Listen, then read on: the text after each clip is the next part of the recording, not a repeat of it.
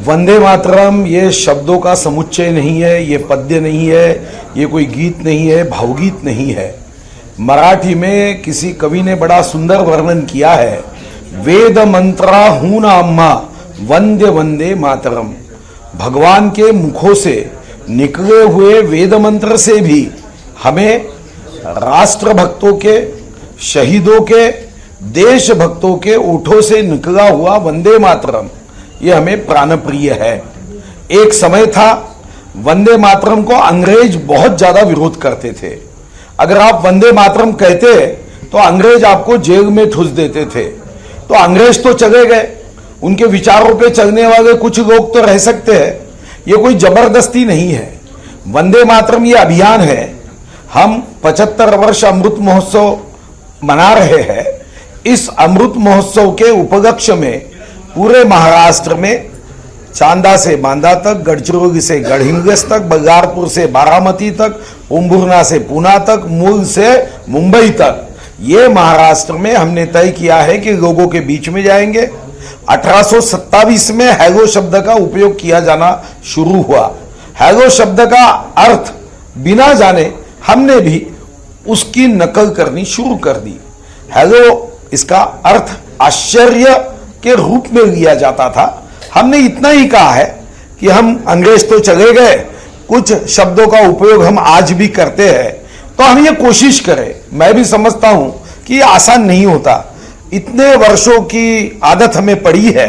तो हैलो ये शब्द का पर्यायी शब्द हम वंदे मातरम अगर कहते हैं, संवाद की शुरुआत ये वंदे मातरम से हम करें तो अमृत महोत्सवी वर्ष का ये हमारा संकल्प होगा। तो लोगों ने वंदे मातरम कहने के लिए विरोध तो नहीं कर सकते थे, फिर उसको रास्ता बदलने की कोशिश की।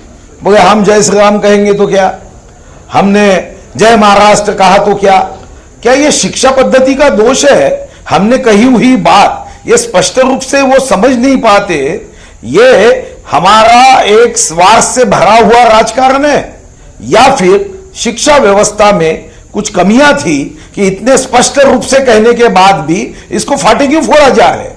बड़े स्पष्ट रूप से हमने कहा था कि हैलो शब्द का हम उपयोग करते हैं तो हैलो मत कहो, वंदे मातरम कहो। तो ये नया क्या तरीका है वंदे मातरम को विरोध करने का?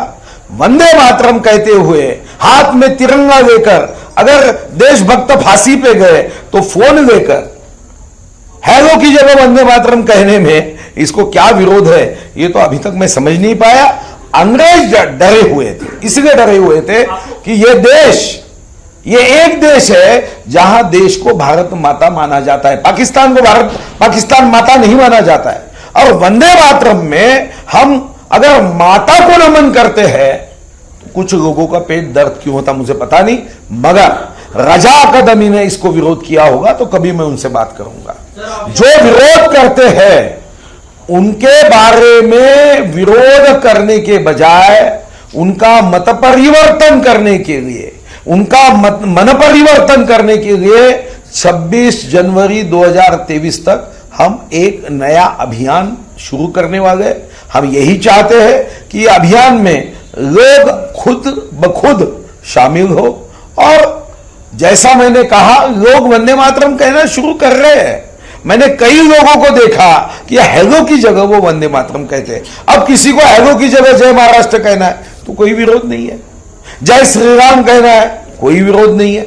हैलो शब्द के बदले में अगर कोई देशी शब्द उपयोग में लाता है, देशभक्ति से प्रचुर शब्द उपयोग में लाता है, उसका विरोध रहने का कोई कारण नहीं। और विरोध क्यों हो रहा है राजनीति, क्या इसके पीछे आपको राजनीति नजर आ रही है? नहीं, देखो राजनीति से ज्यादा भारत को नमन करना, वंदन करना, संविधान ने वंदे मातरम के पहले पैराग्राफ को, पहले पद्य के कड़वे को संविधान ने राष्ट्रगान का दर्जा दिया है।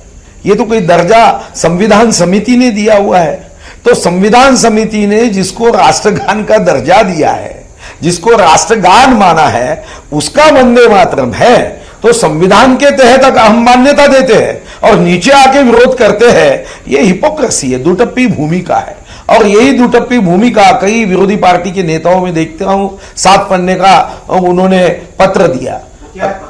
ये पत्र में जो लिखा है, ये कहानी ऐसी हुई कि एक पिताजी अपने बच्चे पे जोर जोर से गुस्सा करते हुए चिल्ला रहे थे कि देख तेरे चौथी की मार्कशीट मेरे हाथ में है, कितने कम मार्क है। तो मां आती है, ये उसकी मार्कशीट नहीं है, ये जब मैंने अलमारी सफाई की तो आपके बचपन की मार्कशीट है। तो यही पत्र है, जो विषय उन्होंने उसमें लिखे हैं वो विषय तो उनके कार्यकाल के है, वो विषय लिखे जा रहे हैं। ये मार्कशीट एकनाथराव शिंदे जी की सरकार की नहीं है, या आपके सरकार की है जो अलमारी से अभी मिली हुई है।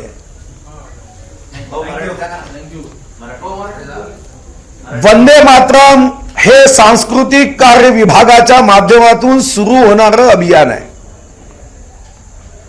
आमच्या एका कवीनी अतिशय सुंदर वर्णन केलं आहे की वंदे मातरम हा शब्दाचा समुच्चय नाही, हे पद्य नाही, गीत नाही, भावगीत नाही, वेद मंत्राहून अहम्मा वंदे वंदे मातरम। देवाच्या मुखातून निघालेल्या वेद मंत्रापेक्षा राष्ट्रभक्ताच्या ओठातून निघालेलं वंदे मातरम हे आम्हाला प्राणप्रिय आहे। इंग्रज वंदे मातरमला विरोध करायचे। जेव्हा संविधान समिती बसली तेव्हा संविधान समितीची डिबेट, चर्चा तुम्ही जर वाचली तर आपण वंदे मातरमच्या पहिल्या पॅरिग्राफला म्हणजे पहिल्या कडव्याला आपण राष्ट्रगानाचा दर्जा दिलाय। मी अभियान काय घेतोय तर हॅलो शब्द 1827 ला सुरू झाला, जो ऑक्सफर्ड डिक्शनरी मध्ये कुठेही हॅलो या अगोदर नव्हता। तो हॅलो म्हणजे आश्चर्य व्यक्त करणे, आश्चर्य व्यक्त करणाऱ्या शब्दाचा पर्याय देशभक्तीच्या शब्दांनी द्यावा। आपण हॅलो शब्दाला इतर कोणत्या देशी देशभक्ती प्रचूर शब्दाचा उपयोग केला तर काहीही आक्षेप नाही। तुम्ही जय श्रीराम म्हणा, जय महाराष्ट्र म्हणा, याला आक्षेप असण्याचं काही कारण नाही। मी हॅलो शब्दाला स्पष्टपणे वंदे मातरम उपयोगात आणावं असं आवाहन महाराष्ट्राच्या जनतेला केलं। चांद्यापासून बांद्यापर्यंत, गडचिरोलीपासून गडहिंग्लजपर्यंत, पोंभुर्ण्यापासून पुण्यापर्यंत, बल्लारपूर पासून बारामतीपर्यंत आणि मूलपासून मुंबईपर्यंतच्या महाराष्ट्राच्या देशभक्त तरुणांनी, युवकांनी दूरध्वनी किंवा भ्रमणध्वनीवर हॅलो न म्हणता संवादाची सुरुवात ही वंदे मातरमनी करावी असं हे अभियान आहे। काही लोक याला फाटे फोडतात, जाणून बुजून फोडतात की आपल्या शिक्षण पद्धतीमध्ये काही कमतरता आहे म्हणून करतात, याची मला माहिती नाही। पण तुम्ही इतक्या स्पष्टपणे मी अभियानाचं स्वरूप सांगितलं की हॅलो शब्दाला पर्यायी शब्द म्हणून आपण वंदे मातरम वापरावा, याच्यावर आक्षेप असण्याचं काय कारण आहे? यावर आक्षेप इंग्रजांना होता। जर वंदे मातरम म्हटलं की ते जेलमध्ये टाकायचे। आता इंग्रज सगळे गेले, पण त्याचे काही परिणाम अजून शिल्लक आहेत का हे तपासावं लागेल। वंदे मातरमला इंग्रज विरोध करायचे हे मला माहिती आहे। आता प्रश्न रझा अकादमीचा आहे, त्यांनी सांगितलं की आमच्या धर्मामध्ये मातृभूमीला नमन करणं, भूमीला वंदन करणं हे मान्य नाही। आता त्यांच्या धर्मात असेल तर माझा आक्षेप नाही, पण कोणी विरोध केला म्हणून माझ्या मनात कुठेही कोणत्याही पद्धतीचा द्वेष नाही। ज्यांनी विरोध केला त्यांच्याशी चर्चा करून खरंच त्यांच्या धर्मामध्ये भारत भूमीच्या संदर्भामध्ये ही भावना व्यक्त केली गेली आहे का?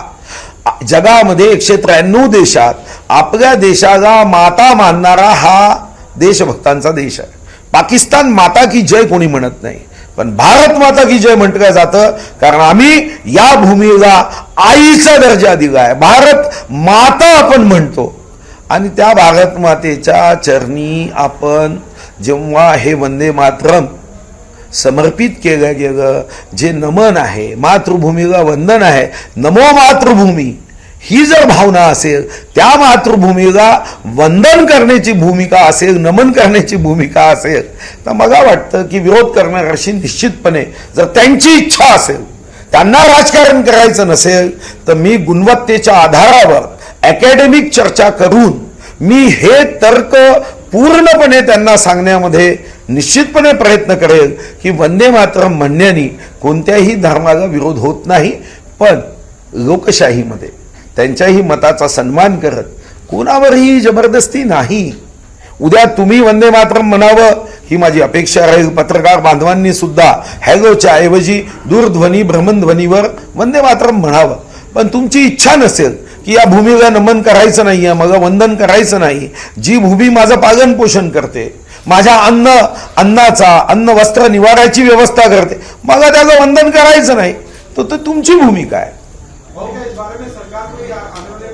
सरकार इस बारे में आह्वान करने वाला परिपत्रक निकाल रही है कि जिसमें हमारा आह्वान होगा कि अमृत महोत्सवी वर्ष में लाखों शहीदों ने प्राणों की आहुति देकर ये स्वाधीनता का मंगल कलश हमको दिया है, तो हम ये प्रयत्न करें, कोशिश करें कि हैलो ये शब्द के बदले में वंदे मातरम शब्द का उपयोग करें। ये ऐसा कोई प्रस्ताव लाकर कंपल्शन तो नहीं होगा?